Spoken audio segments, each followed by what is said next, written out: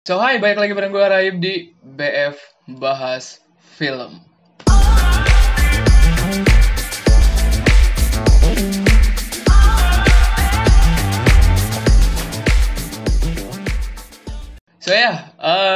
Kali ini karena bulan puasanya udah kelar gitu ya, gue akan memberikan sebuah rekomendasi film lagi gitu ya, yang ada unsur-unsur yang kalian suka, oke?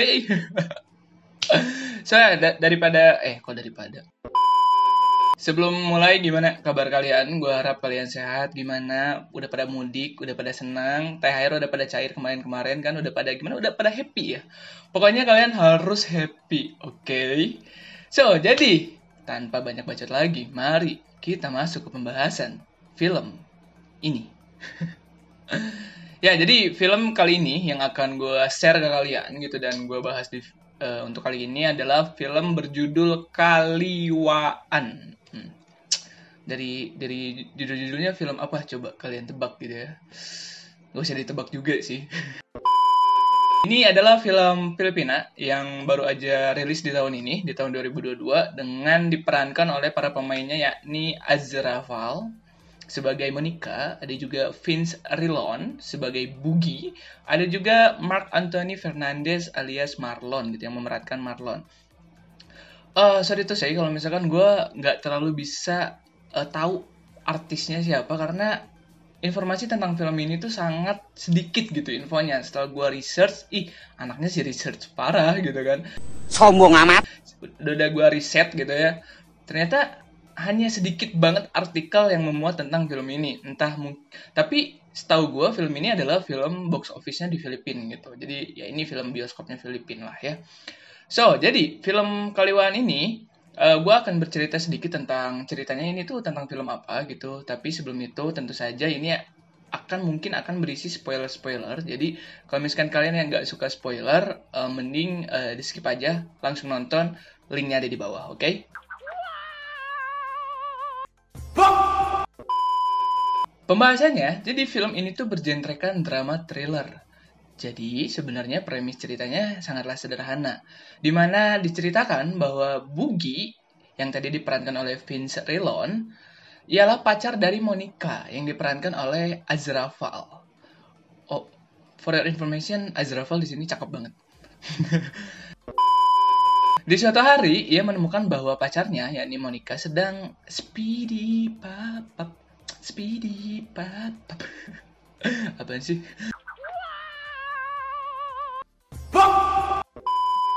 Di suatu hari ia menemukan bahwa pacarnya Monica sedang speedy pap dengan pria lain atau selingkuh lah ya, gitu kita sebut selingkuh.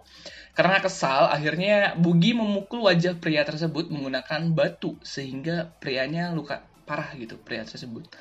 Sadar sudah membuat tindak kejahatan, ia lari ke rumah dan mengadu kepada ibunya. Ini cemen ngadu ke ibu, enggak deng. Ibunya pun meminta tolong kepada adiknya yang bernama Marlon, yang dimana si Marlon ini tuh adalah seorang polisi gitu. Marlon lantas menyembunyikan Boogie ke rumah salah satu anak buahnya. Sang kakak nih, kalau nggak salah nama cowok yang berselingkuh dengan si Monica ini tuh namanya Raji. Ya, jadi sang kakaknya Raji ini tuh nggak terima nih bahwa adiknya dihajar dan hampir tewas oleh Boogie. Nah, oleh sebab itu, sang kakaknya pun mulai mencari keberadaan Boogie dengan berniat untuk membalaskan dendam gitu.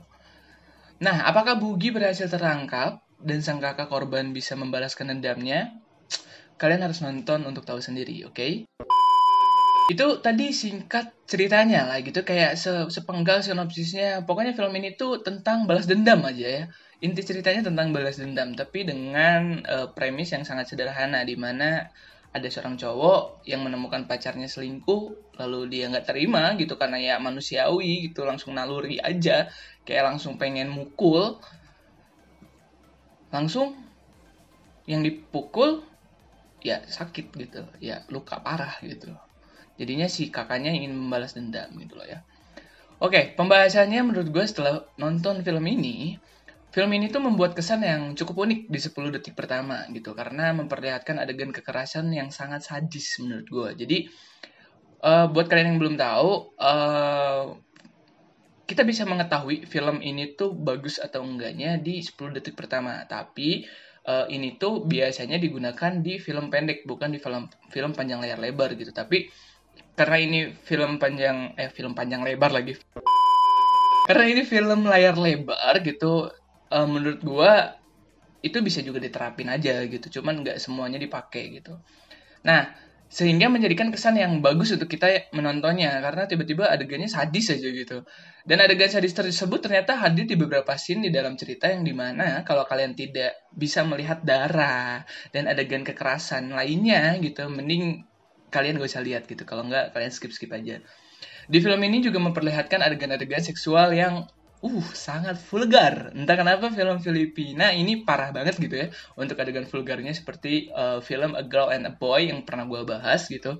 Nah, ya seperti kayak gitulah ya, hampir mirip-mirip kayak film semi kalau misalkan kalian pernah nonton film semi gitu.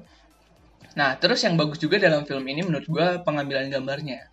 Yang menurut gue pengambilannya tuh seperti kayak kita nonton film dokumenter yang dimana kayak bener-bener si ininya apa namanya si videografernya atau si campersnya itu tuh kayak handheld gitu, kayak jadi banyakan shaking, kayak bener-bener kalau kalian pernah nonton film dokumenter ya kayak gitulah. Oh ini kayak film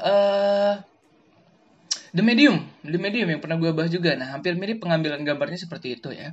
Mungkin karena ceritanya pada dasarnya sederhana yang mungkin sering terjadi di sekitar kita gitu. Jadinya mungkin si DOP film ini tuh memakai pengambilan gambar seperti itu. Tapi ya nggak tahu juga sih, gue so tau aja sebenarnya ya. Film ini juga sangat baik dalam pengemasannya, di mana alur ceritanya nggak bikin boring dan kita diajak untuk merasakan ketegangan yang dirasakan oleh si Bugi. Terus color gradingnya dalam film ini juga enak banget dilihat. Color paletnya menurut gue juga sangat cocok dipakai dengan genre yang dibawakan. Para pemeran di film ini juga berakting dengan sangat baik menurut gue. Cuman yang disayangkan, menurut gue mungkin ada beberapa scene yang seakan dipaksakan gitu. Yang entah kenapa tidak ada tidak ada kolerasinya gitu ya. Overall sih film ini seru dan bisa dijadikan referensi untuk kalian tonton, tapi jangan nonton sama orang tua atau anak kecil karena banyak adegan sadis dan seksual seperti yang gue bilang di awal. 2 kali nonton film Pinoy atau Filipina menurut gue, mereka selalu membuat cerita yang sangat dekat dengan kita gitu maksudnya. Yang ceritanya logis, sederhana, tapi dibawakan dengan konflik yang berbeda. Apakah kalian tertarik untuk menonton film Kaliwaan ini?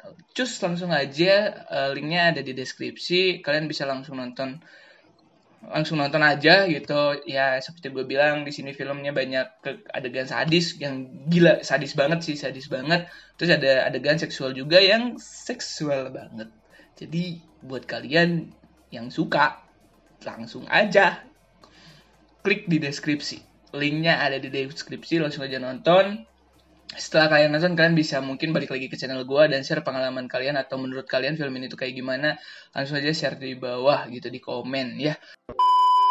Oke, mungkin segini aja untuk video kali ini di pembahasan film Kaliwaan ini. Gue sengaja bikin ringkas, singkat, padat, dan jelas biar nggak terlalu banyak spoiler dan mungkin gue bisa menyampaikan sejelas mungkin ke kalian, sejelas mungkin. Jadi langsung aja nonton pokoknya ya. Dan mungkin gue juga akan nerusin video yang dimana gue nerangin langkah-langkah untuk bikin film. Ada satu fase lagi yang belum gue bikin dan share ke kalian, dan ini fase distribusi gitu. Ya mungkin segini aja, semoga kalian suka, semoga ini bermanfaat untuk kalian. Gua Rai pamit, see you next time, bye bye, DBF.